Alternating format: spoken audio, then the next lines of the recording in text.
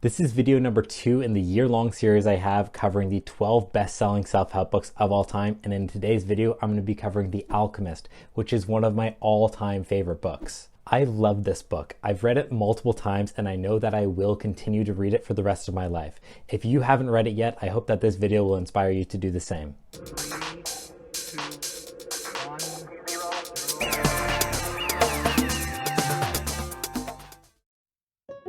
Welcome back to my YouTube channel where I talk about books, habits, and health. Today's book is The Alchemist by Paulo Coelho.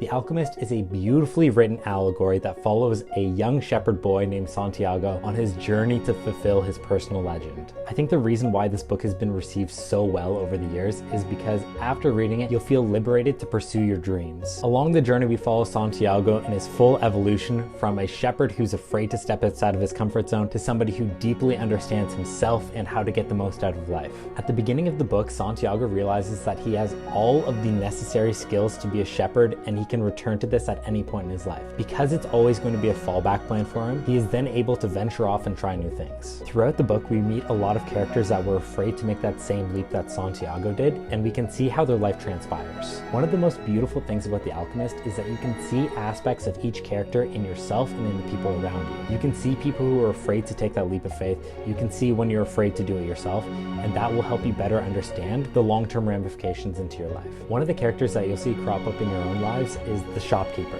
Now, the shopkeeper is somebody who, despite having lofty ambitions, never actually takes the initiative to achieve them. The shopkeeper is so afraid of the empty feeling that will result from actually achieving his goals that he just resigns himself to a life of what-ifs. Perhaps my favorite part of the book transpires after Santiago meets a king who gives him 2 gemstones, Umum and Thummim. These stones are meant to help Santiago answer questions that he can't answer himself. Later in the book, when he encounters resistance, he decides to ask the stones whether or not he will actually realize his personal legend. And as he actually reaches down to ask the stones this question, they fall on the ground, which signifies that this isn't a question that he can't answer himself. He gets to decide whether or not he's going to achieve his personal legend. The Alchemist grants us perspective on a lot of life's biggest questions. Questions like, should we actually pursue our dreams?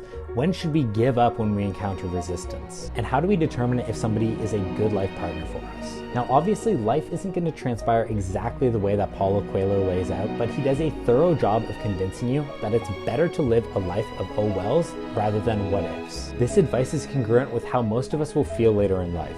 It's not the things that we do that we regret, it's the things that we decide not to do. It's incredible the amount of wisdom that are jam-packed in these 160 pages.